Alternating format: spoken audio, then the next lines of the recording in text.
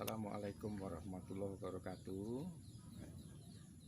Pertama saya ingin memperkenalkan, nama saya RM Gunadi Joko Widodo. Status saya sebagai koordinator tim ahli waris almarhum Raden Mas Temenggung Wiryodiningrat dalam penyelesaian kasus sengketa tanah Sriwedari. Saya yang kebetulan terlibat dan aktif selama pengurusan ini mulai dari tahun 99 sampai tahun 2001. Nah, dalam hal ini saya perlu menjelaskan sekali lagi terkait sejauh mana kronologis perjalanan hukum tanah Sriwedari ini agar masyarakat umum itu dapat memperoleh pemahaman yang utuh, ya, bahwa gugatan kepemilikan tanah Sriwedari itu sebetulnya sudah selesai. Mulai dari tahun 70 itu gugatan perdata kepemilikan tanah dan bangunan, inkrah tahun 1983, berakhir dengan diakuinya kepemilikan tanah itu dan Pemkot bersedia membayar ganti rugi sewa terhadap ahli waris, dan itu sudah dilaksanakan. Artinya apa? Dengan dibayarnya uang sewa itu, Pemkot mengakui bahwa dia hanya punya hak menyewa. Jadi kalau dihitung sampai sekarang Pemkot itu nyewa, Pak, mulai dari tahun 83 sampai tahun 2021. Nah, kemudian gugatan periode kedua itu gugatan administrasi negara. Pemkot yang sudah mengantongi hak pakai 11 dan 15 itu saya gugat di pengadilan Tun dan berakhir juga sampai ke PK, bahwa pengadilan sudah memerintahkan agar dua sertifikat hak pakai 11 dan 15 itu dibatalkan dan dicabut kepemilikannya. Dan itu juga sudah ditindaklanjuti melalui surat keputusan BPN Kanwil tahun 2011. Nah, sejak saat itu tanda kepemilikan, tanda bukti hak atas nama Pemkot, dan itu hanya hak memakai, Pak, bukan hak milik. Itu sudah dicabut, dibatalkan, dimatikan dari buku tanahnya, dan dianggap sertifikat itu sudah tidak berlaku lagi. Nah, kemudian banyak pertanyaan dari masyarakat, kenapa pada waktu itu lahan tidak serta-merta diserahkan? Nah, karena putusan perdata tahun 83 itu sifatnya itu tidak eksekutorial. Jadi makanya tahun 2011 setelah hak pakai 11-15 dibatalkan, kami menggugat pengosongan. Kepemilikan sudah diakui, tanda bukti hak pakai sudah dibatalkan. Nah, kita mengajukan gugatan periode ketiga itu adalah pengosongan dan perbuatan melawan hukum terhadap Pemkot dalam hal penguasaan tanah Sriwedari. Dan alhamdulillah gugatan dikabulkan sampai PK, Pak. Jadi pengadilan negeri, pengadilan tinggi, kasasi, PK. Ya, kasasi, PK itu semua ditolak oleh pengadilan. Nah, bahkan setelah putusan inkrah itu Pemkot sudah 13 kali dianmani, ditegur oleh pengadilan agar melaksanakan putusan itu dengan sukarela. Tapi Pemkot tetap merusak membangun. Makanya kita mengajukan permohonan kepada pengadilan negeri agar tanah itu diletakkan sita eksekusi. Dan itu sudah dilakukan. Ada berita acara sita eksekusi. Nah, artinya apa? Dengan ditolaknya PK, ya, dari Pemkot itu oleh Mahkamah Agung, maka kasus hukum Sriwedari terutama kepemilikan tanah itu sudah selesai. Karena hukum harus ada kepastian. setiap perkara di pengadilan itu harus ada akhirnya, karena itu berkaitan dengan asas kepastian hukum. Artinya seluruh upaya hukum terhadap Pemkot, dari Pemkot untuk mengajukan perlawanan lagi itu sudah tertutup. PK Perdata tidak boleh 2 kali. Pemkot misalnya mau mengajukan gugatan baru dengan objek dan subjek sengketa sama, itu nebis ini tidak bisa.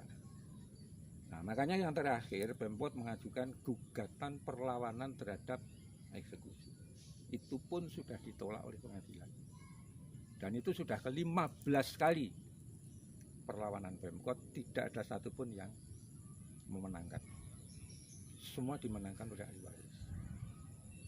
Nah, jadi gugatan perlawanan eksekusi atau derden verset itu sebetulnya tidak akan mempengaruhi status kepemilikan tanah yang sudah diputus oleh pengadilan negeri melalui putusan Mahkamah Agung.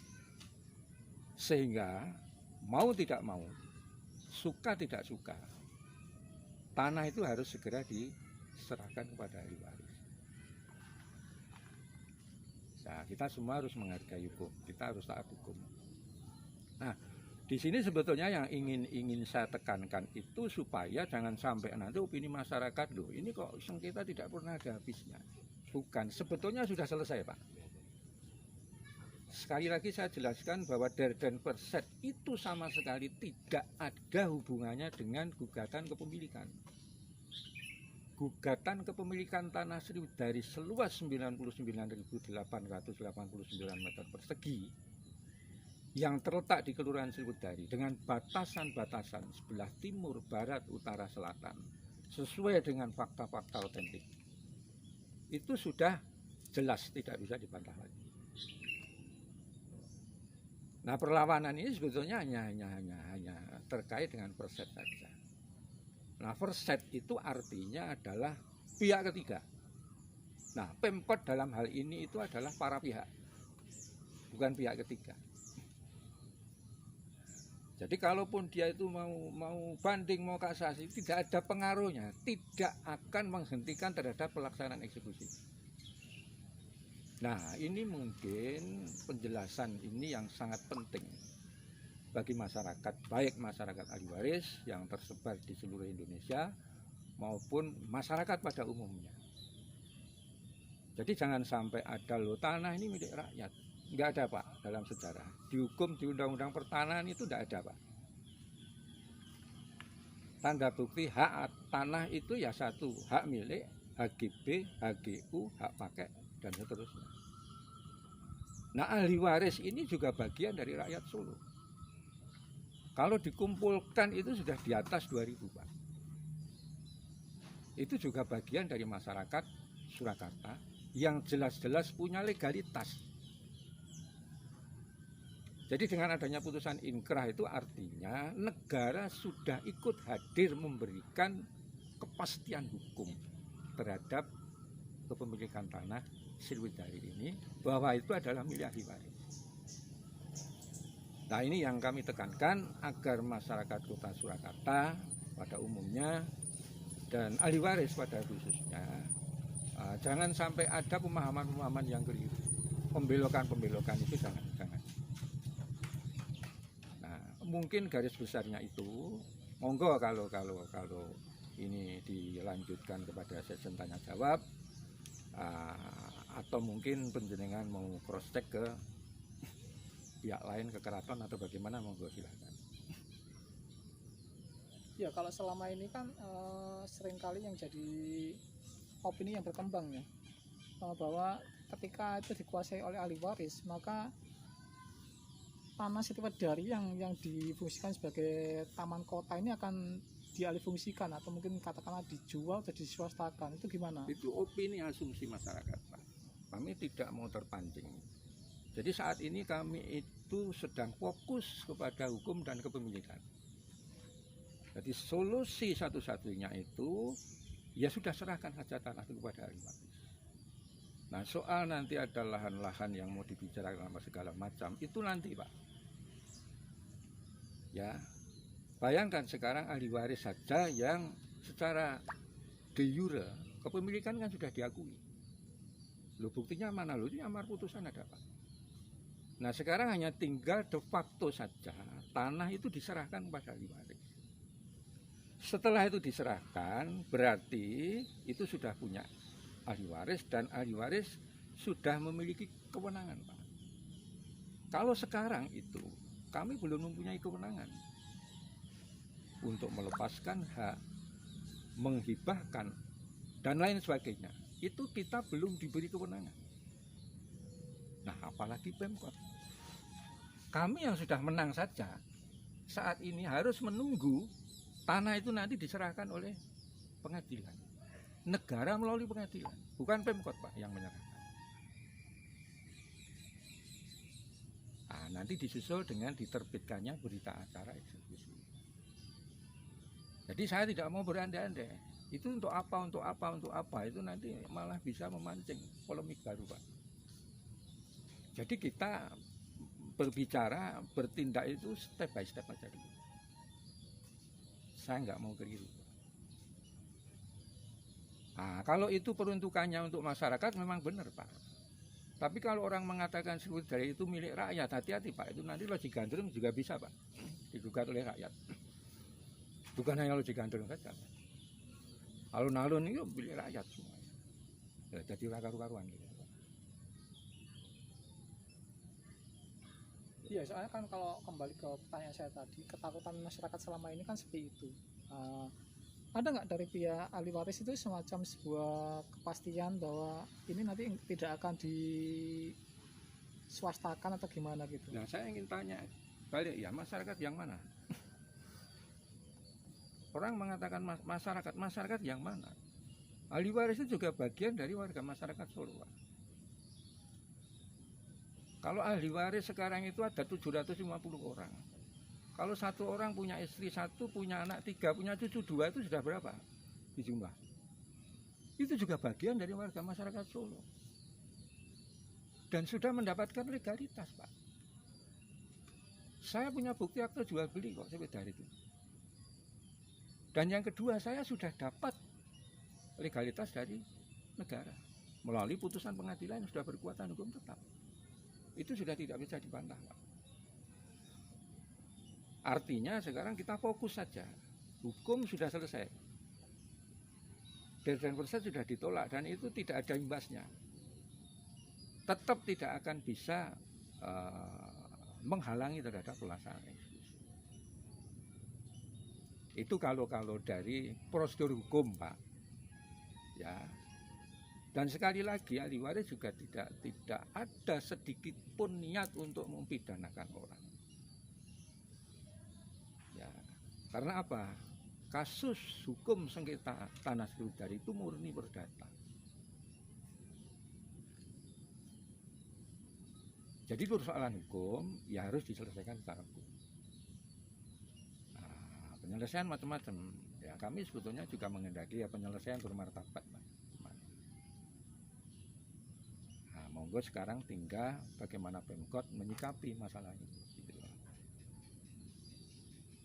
Jadi apa yang kami sampaikan secara lisan itu tidak ada satupun yang melenceng dari tulisan. Dari A sampai Z ini apa yang saya sampaikan ini saya pertanggungjawabkan secara hukum. Kita buktinya putusan semua kok, Pak. Ini final dan konkret, Pak. Bukan argumentasi, Pak. Bukan opini, Pak. Kalau kita bicara hukum jangan main opini asumsi, Pak. Ini putusan inkrah, Pak. Sudah di situ saja. Nah, saya berharap supaya pemerintah mempunyai kemauan politik untuk segera, ya terutama saya berharap kepada wali kota yang baru, yang dalam hal ini sebetulnya tidak ada kaitannya. Tapi tetap saja termohon eksekusi itu pemerintah kota, sekju wali kota. Nah, yang menggugat gugatan perlawanan hukum atau deadline perset ini adalah wali kota yang lama. Enggak ada kaitannya dengan wali kota baru. Nah, kalau ahli waris ditanya penyelesaian yang bagaimana, ya penyelesaian yang monggo lah kita kan dasarnya kan hukum, melaksanakan putusan pengadilan yang sudah berkuasa. Kira-kira seperti itu.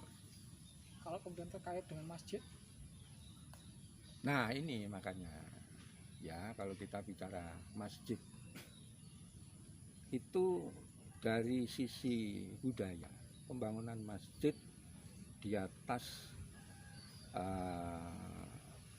ikon budaya itu sebetulnya juga tidak sejalan dengan ide dari Sinuhun Pakubuwono ke-10, Pak. Itu saya tidak tahu idenya siapa membangun masjid. Pemkot membangun masjid di atas tanah sengketa yang sudah ada putusan inkrah. Itu kira-kira bagaimana?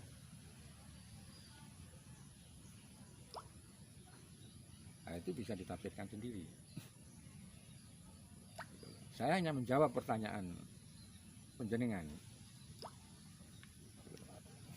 artinya memang sebenarnya tidak boleh ya. Tidak boleh, Pak. Kalau dari sisi hukum syariat Islam saja, Pak, masjid tidak boleh dibangun di atas tanah sengketa. Apalagi sengketa sudah ada putusan inkrah. Di atas tanah sengketa saja itu sudah dianggap masjid diror, Pak. Dan itu hukumnya harus dirobohkan. Tapi itu hukum syariat, Pak. Kami tidak ingin masuk ke. Yang jelas status kepemilikan sudah dinyatakan oleh pengadilan. Jadi Pemkot itu hanya tinggal menyerahkan tanah beserta seluruh bangunan yang berdiri di atas. Eksekusi itu dasarnya adalah melaksanakan putusan pengadilan yang sudah berkekuatan hukum tetap. Lah putusan itu bunyinya bagaimana? Ya itu yang harus dijalankan. Jadi tidak boleh, Pak. Putusan tidak boleh melebihi gugatan. Pelaksanaan eksekusi juga tidak boleh menyimpang dari apa yang sudah diputuskan oleh pengadilan. Itu kira-kira seperti itu. Baik, Gusti Nenek sebagai perwakilan dari ahli waris ini, gimana tanggapan terkait dengan persoalan hukum Tangsri Wedari dan juga ada pembangunan masjid di dalamnya itu? Baik, jadi saya sebagai putra dalam PP 12 juga sekaligus cicit dalam PP 10. Tentu hal ini sangat prihatin. Prihatinnya adalah kasus hukum ini tidak selesai-selesai. Seperti dijelaskan Pak Gunadi tadi selaku pimpinan kelompok ahli waris dari Periodiningrat Patih Dalem PP 10 sudah menjelaskan panjang lebar soal kasus hukumnya. Nah, tentu saya sebagai putra dalam PP 12 yang juga mempunyai ahli waris dari Periodiningrat, bahkan dari dua sisi, Periodiningrat sama garwa dalam Periodiningrat. Nah, komentar saya mengenai masjid, kalau ditanyakan, saya melihat video tayangan apa TV itu di YouTube, di mana di situ Pak Gibran dengan Pak Purnomo kira-kira 3-4 bulan yang lalu mengomentari soal pendirian masjid di Sriwedari. Komentar yang saya catat di situ, Mas Gibran mengatakan bahwa masjid tetap harus dilanjutkan. Itu satu. Yang kedua, Mas Gibran mengatakan bahwa sayang kalau ini dilanjutkan karena ini peninggalan masjid, ini peninggalan Pakubuwono ke-10. Ini saya agak kaget, menyayangkan apakah Gibran kurang paham mengenai sejarah Taman Sriwedari tersebut. Keperuntukannya bukan untuk didirikan masjid, makanya dinamakan Kebon Rojo. Itu satu. Keduanya, tidak ada masjid PB ke-10 yang didirikan di Sriwedari. Masjid yang didirikan Pak Purnomo ini adalah masjid baru di tanah yang notabene ketika itu bersengketa antara ahli waris dengan Pemkot. Nah, seperti tadi dijelaskan bahwa secara syariat memang mendirikan masjid di tanah sengketa tentu tidak elok. Jadi itu saja, saya berharap agar Pemkot yang sekarang ini itu memahami putusan pengadilan. Lalu kemudian tentu saja kita sebagai ahli waris berharap persoalan ini cepat selesai. Karena memang persoalan hukum telah selesai. Agar juga menjadi contoh bagi masyarakat luas bahwa pemerintah juga taat hukum. Itu. Jadi tidak bertele-telenya ini banyak dibumbui oleh masalah-masalah. Misalnya opini hoa gitu kan, politik dan sebagainya. Jangan sampai ke arah situ. Putusan hukum sudah jelas kok, seperti dijelaskan Pak Gunadi tadi. Saya rasa demikian saja. Saya sebagai ahli waris Putra Dalem menyoal Sriwedari tentu berharap bahwa Pemkab segera menyelesaikan persoalan ini. Ya, kalau terlepas dari kepatutan dan tidak kepatutan berdirinya masjid di tanah sengketa, sebenarnya di Masjid Sriwedari ini memang sesuai nggak didirikan di Taman Sriwedari? Sangat tidak sesuai. Dari sisi mana? Budaya tidak sesuai, ya kan, syariah tidak sesuai, hukum apalagi. Itu sebaiknya ya dihentikan. Perkara nanti ahli waris telah menang dalam perkara ini, tanah tersebut dihibahkan atau dijual kepada pihak ketiga, lalu kemudian masjid tersebut mereka diberikan, itu urusan masyarakat nanti yang menilainya. Tapi yang penting kasus hukumnya sendiri adalah final dulu, karena sudah masuk ke ranah sana dan memang sudah benar-benar final gitu. Jadi jangan ada persoalan-persoalan lain kecuali kasus hukum. Oke, gitu aja. Terima kasih Gusti. Demikian wawancara kami di NSTV dengan salah satu ahli waris sekaligus konsultan hukumnya dari kasus sengketa lahan tanah di Sriwedari.